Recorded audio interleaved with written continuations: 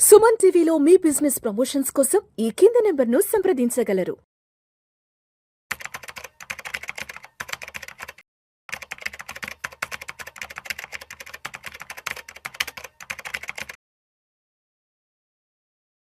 నమస్తే, welcome to Vishnu talks. నేను విష్ణు. ప్రస్తుతం నాతో పాటు stock market analyst SG Harsha ఉన్నారు. తనతో మాట్లాడదాం. నమస్తే హర్ష. నమస్తే. Welcome to Vishnu talks. Thank you. And ముందుగా మీకు దీపావళి పర్వదిన శుభాకాంక్షలు. థ్యాంక్స్ అలాట్ అండ్ మీకు కూడా దీపావళి శుభాకాంక్షలు. Thank you so much Harsha. So Harsha, ఈ వీడియోలో కాస్త డీటెయిల్డ్గా ముహూర్త ట్రేడింగ్ గురించి మాట్లాడుకుందాం. షూర్. సో అసలు ముహూర్త ట్రేడింగ్ అంటే ఏంటి? ఈ ముహూర్త ట్రేడింగ్ అనే కాన్సెప్ట్ ఎప్పటి నుంచి తీసుకొచ్చారు? అండ్ ఈ ముహూర్త ట్రేడింగ్లో హర్ష అసలు ఎప్పటి నుంచి పార్టిసిపేట్ చేస్తున్నారు? అండ్ మీ స్టైల్ ఆఫ్ ముహూర్త ట్రేడింగ్ ఎలా ఉంటుంది? అండ్ మీ స్టాక్ సెలెక్షన్ ఎలా ఉంటుంది పర్టికులర్గా ముహూర్త ట్రేడింగ్ అప్పుడు? యా, ముహూర్త ట్రేడింగ్ అనేది చాలా ఆస్పిషియస్గా చూస్తారండి మొత్తం మార్కెట్లో ఉండే వాళ్ళందరూ కూడా. దీని బ్యాక్గ్రౌండ్ మనం అర్థం చేసుకోవాలని చూస్తే ఫస్ట్ ఆఫ్ ఆల్ అసలు విక్రమ్ క్యాలెండర్ అంటే ఏంటి, విక్రమ్ సంవత్ అనే సంవత్సరం ఫస్ట్ అర్థం చేసుకోవాలి.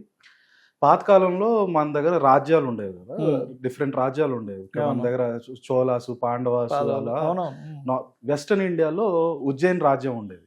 దానికి రాజు విక్రమాదిత్య అని ఉండేవాడు. ఓకే. అతను సాకాస్ అని వేరే రాజ్యం వాళ్ళు ఉండేవాళ్ళు. వీళ్ళు ఏంటంటే ఆ పాతకాలంలో ఒక రాజ్యం ఇంకో రాజ్యం మీద ఆక్రమించుకోవడాలు, కొట్లాడుకోవడాలు ఇవన్నీ చాలా రెగ్యులర్గా ఉండేవి కాదు కదా. ఆ టైంలో ఈ సాకాస్ అనే వాళ్ళు ఉజ్జయిన్ రాజ్యం మీద ఆక్రమించుకోవాలని చూసినప్పుడు విక్రమాదిత్య వాళ్ళని తిప్పికొట్టి ఆ యుద్ధం గెలిచారనమాట. ఇది జరిగింది ఇప్పుడు మనం 2025లో ఉన్నాం. బ్యాక్ టు జీరోకి వెళ్తే జీరోకి ఇంకో 57 ఇయర్స్ బ్యాక్ 57 BCలో ఈ యుద్ధం జరిగింది. అప్పుడు ఆ రాజు గెలిచిన తర్వాత ఇప్పటి నుంచి నా యుగం అని ప్రకటించడానికి విక్రమ్ సంవత్గా స్టార్ట్ చేశారు. సో వాళ్ళ రాజ్యంలో ఉండే వాళ్ళకి అక్కడి నుంచి ఫస్ట్ సంవత్సరం స్టార్ట్, విక్రమనామ సంవత్సరం అన్నట్లుగా. ఎగ్జాక్ట్లీ. మనం మామూలుగా ఫాలో అయ్యే నార్మల్ క్యాలెండర్ వచ్చి గ్రెగోరియన్ క్యాలెండర్ అంటాం. అది వెస్టర్న్ కంట్రీస్ నుంచి మనం తీసుకొచ్చి, బ్రిటిష్ వాళ్ళు ఇక్కడికి వచ్చాక ఇంకా ఎగ్జాక్ట్లీ మన క్యాలెండర్ కాదు, వెస్టర్న్ కంట్రీస్ నుంచి వరల్డ్ మొత్తం యాక్సెప్ట్ చేసింది కనుక మనం కూడా యాక్సెప్ట్ చేయాల్సి వచ్చింది గ్రెగోరియన్ క్యాలెండర్. సో అలా విక్రమ్ సంవత్స్ స్టార్ట్ అయింది. అట్లాగే మనకి జీరో తర్వాత 78 ఇయర్స్ అప్పుడు సాతవాహనాస్ కూడా సాకాస్ ని డిఫీట్ చేసి అక్కడి నుంచి స్టార్ట్ అయిన ఎరా కూడా ఒక పేరు ఇచ్చారు, సాకా ఎరా అని. ఎవరినైతే డిఫీట్ చేశారో వాళ్ళ పేరు మీద స్టార్ట్ అయింది ఎరా. మన ఇండియన్ గవర్నమెంట్ నేషనల్ క్యాలెండర్ గా ప్రకటించింది ఆ సాకా క్యాలెండర్ అన్నమాట. ఓకే. సో మనకైతే మార్కెట్ ప్రకారం అయితే విక్రమ్ క్యాలెండర్ ఇంపార్టెంట్. ఇప్పుడు ఈ క్యాలెండర్స్ కన్నిటి కూడా ప్రతి సంవత్సరం లాగా ఫస్ట్ న్యూ ఇయర్ స్టార్ట్ అవుతుంది కదా, వీటికి మనం ఎలాగైతే ఉగాది చేసుకుంటాం తెలుగు క్యాలెండర్ ప్రకారం ఉగాది అలా ఫస్ట్ డే వస్తాయి, వీటికి కూడా అలా ఫస్ట్ డే ఉంటాయి ప్రతి సంవత్సరం. అవి కూడా సుమారుగా ఉగాది టైంకే ఉంటాయి. కాకపోతే గుజరాత్, రాజస్థాన్ ఇటు సైడ్ ఉండే బిజినెస్ కమ్యూనిటీస్ వాళ్ళందరూ కూడా వాళ్ళకి దివాళీ చాలా ఆస్పిషియస్గా భావించి దివాళీ తర్వాత రోజు నుంచి ఫస్ట్ డే ఆఫ్ ద ఇయర్గా వాళ్ళు ఒక కస్టమ్ ట్రెడిషన్గా స్టార్ట్ అయింది అనమాట. వాళ్ళ కమ్యూనిటీస్లో దివాళీ తర్వాత రోజు first day of the year గా స్టార్ట్ చేసుకున్నారు. సో కొత్త లెక్కల పుస్తకాలు, ఖాతా పుస్తకాలు అక్కడి నుంచి వాళ్ళు స్టార్ట్ చేసుకుంటారు. పూజ చేసుకున్న తర్వాత నుంచి ఎగ్జాక్ట్లీ పూజ చేసుకున్న తర్వాత కొత్త పుస్తకం స్టార్ట్ చేయడం అక్కడి నుంచి స్టార్ట్ చేస్తారు అనమాట. అలా దివాళీ నెక్స్ట్ డే ఈ కమ్యూనిటీస్ కి ఫస్ట్ డే అయింది. అండ్ స్టాక్ మార్కెట్ ఎప్పుడైతే స్టార్ట్ అయిందో 50s, 70s, 80s ఆ టైమ్స్ లో అంతా కూడా గుజరాత్, రాజస్థాన్, మార్వాడి ఈ కమ్యూనిటీ వాళ్ళు ఎక్కువ డామినేటెడ్ గా ఉండేవాళ్ళు. ఇన్వాల్వ్మెంట్ వాళ్ళదే చాలా ఎక్కువ ఉండేవారు కాబట్టి ఎక్స్చేంజ్ లో కూడా ఆ కల్చర్ వచ్చేసింది. సో అందువల్ల BSE, NSE ఆ రోజు నేషనల్ హాలిడే అయినా కూడా మనకి ఆస్పిషియస్ గా చూస్తాం కాబట్టి, అంటే ఇప్పుడు దసరా అప్పుడు బండ్లు కడగడం, బండి ముందు ఒక నిమ్మకాయ పెట్టి ఆయుధ పూజ చేసుకోవడం, ఆయుధ పూజ ఆ టైం చేసుకున్న టైప్ లో ఇక్కడ కూడా ఒక గంట సేపు మార్కెట్ ని ఊరికి అలా టెంపరీగా ఆన్ చేసి ఆఫ్ చేస్తారు అనమాట. దాన్ని ముహూర్త ట్రేడింగ్ అంటారు. జనరల్ గా ఇది ప్రతి సంవత్సరం ఈవినింగ్ టైమ్స్ లో ఉంటది, అరౌండ్ 6, 7 ఆ టైంలో. ఎందుకంటే లక్ష్మీ పూజతో కోయిన్సైడ్ అయ్యేలా ఆ టైంలో ఉండేది. అమావాస్య ఘడియలు ఉన్న సమయం అది, సాయంత్రంగా అంటే కదా. ఈ సంవత్సరం ఫస్ట్ టైము మధ్యాహ్నాన్ని తీసుకొచ్చారు. ఇయర్ దివాళీ 21 అక్టోబర్ ఆ రోజు మధ్యాహ్నం 1:45 నుంచి 2:45 వరకు ముహూర్త ట్రేడింగ్. అంటే ముహూర్త అంటే ముహూర్తం మనం తెలుగులో. సో ఆ ముహూర్తం పెట్టుకొని ఉన్నారు అనమాట. కార్తీక అమావాస్య తిథి అనేది ఆ టైంలో వస్తుందని చెప్పి చాలా మంది ఈవినింగ్ కూడా ఇబ్బంది అవుతున్నాయంటే ఫస్ట్ టైం ఈ సంవత్సరం నుంచి మధ్యాహ్నానికి తీసుకొచ్చారు. అయితే ఈ ట్రేడింగ్ ఈ గంట సేపు అందరు చేసే ట్రేడింగ్ కూడా చాలా టోకెన్ అమౌంట్తో చేస్తారు. అంటే అది ఒక దేవుడు ఆశీస్సులు ఉండాలి, దేవుడు ఆశీస్సులు ఉండాలి అన్న స్టైల్లో ఫస్ట్ ట్రేడ్ కాబట్టి ఎక్కువ రిస్కులు కూడా ఏమి తీసుకోరు. పెద్ద పెద్ద అమౌంట్స్తో కొనడం అమ్మడం కూడా ఏమి చేయరు. లైట్గా ఏదో ఒక థౌజండ్స్లో కొనడం అమ్మడం అలాంటివి చేస్తారు. మీరు ఒక లాస్ట్ 10-15 ఇయర్స్గా చూసుకుంటే జనరల్గా ఈ ముహూర్త ట్రేడింగ్లో మార్కెట్ ఎప్పుడు కూడా ఒక 0.4%, 0.5%, 0.6% అంటే 0.5% అటు ఇటుగా రిటర్న్స్ వస్తాయి. పాజిటివ్గానే ఉంటాయి మోస్ట్లీ. లాస్ట్ నెగటివ్ వచ్చింది ఆల్మోస్ట్ 2017లో. 2017లో అప్పుడు మన బ్యాంక్స్లో ఇది మన ఎన్పిఏ ప్రాబ్లమ్స్ అవన్నీ స్ట్రాంగ్గా ఉండడం, అలాగే గ్లోబల్ క్రూడ్ ఆయిల్ ప్రైసెస్ ఇబ్బంది పెట్టడం, ఆ పీరియడ్ నడుస్తుండింది కనుక ఆ సంవత్సరం మాత్రం ముహూర్త ట్రేడింగ్ కొంచెం నెగిటివ్ రిటర్న్స్ ఇచ్చాయి. అదర్వైజ్ ప్రతి సంవత్సరం కూడా ఒక 0.5%, 0.4, 0.5, 0.6% మార్కెట్ ముందుకెళ్తుంది. మ్యాక్సిమం 1% వరకు వస్తుంది. అంతకుమించి పెద్ద మూమెంట్స్ ఏమి ఉండవు. 1 hour విండోలో అందరూ కొంత అమౌంట్ పెట్టి చిన్న చిన్న ట్రాన్సాక్షన్స్ చేస్తారు కనుక పెద్ద మూమెంట్స్ రావు. అండ్ ఆల్సో వాళ్ళు ఎక్కువ రిస్క్ కూడా తీసుకోరు. అంటే స్మాల్ క్యాప్ మిడ్ క్యాప్లో కూడా ఎక్కువ చేయరు. జనరల్గా అందరూ మోస్ట్లీ చేసేది ఏంటంటే లార్జ్ క్యాప్స్లో స్ట్రాంగ్ కంపెనీస్, కొన్ని banks, IT companies, strong companies large క్యాప్స్లో ఉండేవి కొన్ని అమ్మడం ఇలాంటివి చేస్తారు. ఇలా అదొక ట్రెడిషన్లా ఫాలో అవుతుంది.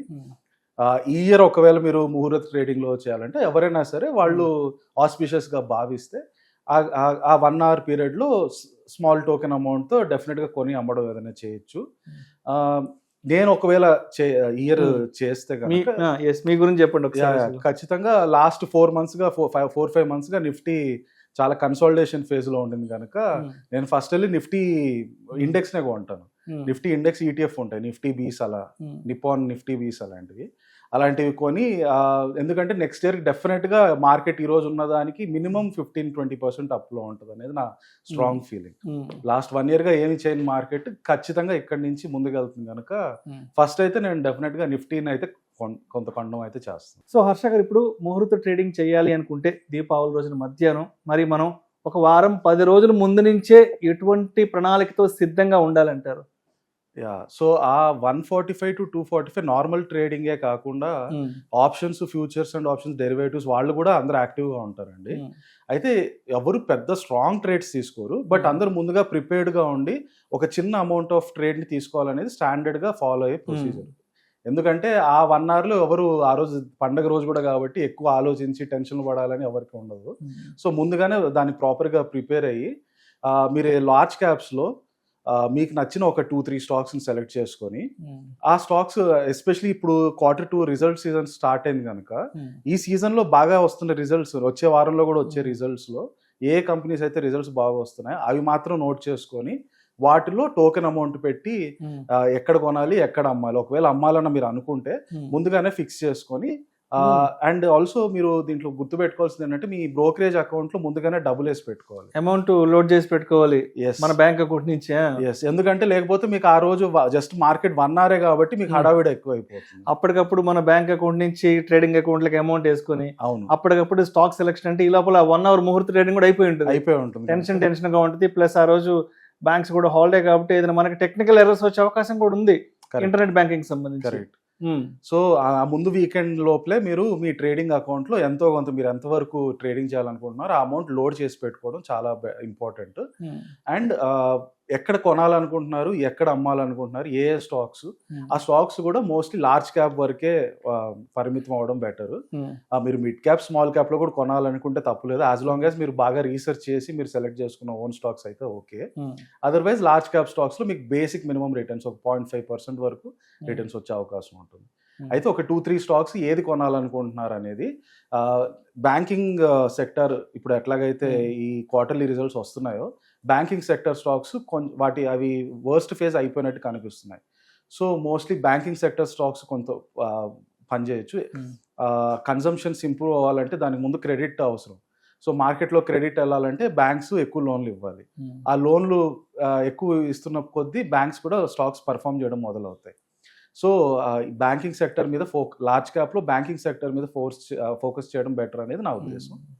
But this not a buy or sell recommendation. మీకు నచ్చినవి మీరు తీసుకోవచ్చు. నేనైతే మోస్ట్లీ బ్యాంకింగ్ సైడ్ ఫోకస్ చేస్తాను, మినిమం టోకెన్ అమౌంట్తో మాత్రం. రైట్. సో హర్ష, ఇప్పుడు మనకి 1:45 to 2:45 మధ్యాహ్నం నుంచి 1 hour ముహూర్త ట్రేడింగ్ సెషన్ ఉంటుంది కాబట్టి యాక్చువల్గా అసలు ఆ షెడ్యూల్ ఏమేమి ఉంటుంది అసలు? సో నార్మల్ డేస్లో మనకు ఉండే మార్కెట్ 9:15 to 3:30. 9:15కి ముందు 15 minutes ప్రీ ఓపెన్ సెషన్ ఎలాగైతే ఉంటుందో, ముహూర్త ట్రేడింగ్ రోజు కూడా 1:45 to 2:45 యాక్చువల్ మార్కెట్ అయితే 1:45కి 15 minutes ముందు, అంటే 1:30 to 1:45 pre open session as it is ఉంటుంది. జనరల్గా పోస్ట్ క్లోజ్ సెషన్ అంటాం 3:30 to 4 o'clock మన నార్మల్ డేస్లో హాఫ్ అన్ అవర్ ఉంటుంది. ముహూర్త ట్రేడింగ్ రోజు మాత్రం ఒక 20 minutes మాత్రమే ఉంటుంది. సో ఆ ప్రీ ఓపెన్ సెషన్స్ కానీ పోస్ట్ క్లోజ్ సెషన్స్లో కానీ మనం చేసేది ఏమి ఉండదు. మనం మోస్ట్లీ ఫోకస్ చేయాల్సింది 1:45 to 2:45. మీరు ఏమాత్రం ఇన్వెస్ట్ చేయాలన్నా, ట్రేడ్ చేయాలన్నా, లేదా డెరివేటివ్స్లో మీరు ఏమన్నా ఫ్యూచర్స్ అండ్ ఆప్షన్స్ తీసుకోవాలన్నా కూడా మీరు చేయగలిగే టైమింగ్స్ మాత్రం 1:45 to 2:45 మధ్యలో మాత్రమే. సో ఇప్పుడు అదే విధంగా ముహూర్త ట్రేడింగ్లో మనం F&O ట్రేడింగ్ చేయొచ్చా, futures and options? Yeah. So ఈ 1:45 to 2:45 జస్ట్ మన నార్మల్ ట్రేడింగే కాకుండా చాలా మంది F&O డెరివేటివ్ ట్రేడింగ్ కూడా చేస్తారు. అండ్ నార్మల్ వాటిలో మీరు ఒకవేళ కొని పెట్టుకోవాలనుకుంటే కొనేసి మాత్రం మర్చిపోవచ్చు. F&O ట్రేడింగ్ వాళ్ళు అయితే బై సెల్ రెండు ముందుగానే ఫిక్స్ చేసుకొని రెండు సిస్టంలో ఎంటర్ చేసి రెడీగా ఉంటారు. సో వాళ్ళు అది నార్మల్ డేస్లో స్టాప్ లాస్ అవన్నీ కాస్త ఎక్కువ బ్యాండ్ విడ్త్ వచ్చేలా ఉంటాయి. ఎందుకంటే మార్నింగ్ 9:15 నుంచి ఆఫ్టర్నూన్ 3:30 వరకు మార్కెట్ ఉంటుంది కాబట్టి ఫ్లక్చువేషన్స్ ఎక్కువ రావచ్చు. కానీ ఆ రోజు ఓన్లీ మార్కెట్ 1 hour కాబట్టి వాళ్ళు కూడా పెద్ద ఎక్కువ మూవ్మెంట్స్ ఉండదు. ఒక కొన్నదానికి ఒక 0.5% పెరిగినా అమ్మేసేలా వాళ్ళు ట్రేడ్స్ పెట్టుకొని జస్ట్ ఆ టోకెన్ అమౌంట్తో వాళ్ళకి అది ఆస్పిషియస్గా భావిస్తారు కాబట్టి ఒక చిన్న ట్రేడ్ చేసి అక్కడితో ఆపుతారు. అండ్ NRIs కూడా ముహూర్త ట్రేడింగ్లో పార్టిసిపేట్ చేయొచ్చా? డెఫినెట్గా చేయొచ్చు అండి. ఎవరైనా సరే ఇండియన్ మార్కెట్ రిలేటెడ్లో ఇండియన్ మార్కెట్లో ఇన్వెస్ట్ చేయాలనుకునే వాళ్ళు ప్రపంచంలో ఎక్కడున్నా ఎవరైనా సరే ఖచ్చితంగా ఆ రోజు ముహూర్త ట్రేడింగ్ యాజ్ ఇట్ ఈస్ మన నార్మల్ డేస్ ఎలా అయితే ట్రేడ్ చేస్తామో అదే టైప్లో ఆ రోజు ట్రేడ్ చేసుకోవచ్చు. రైట్.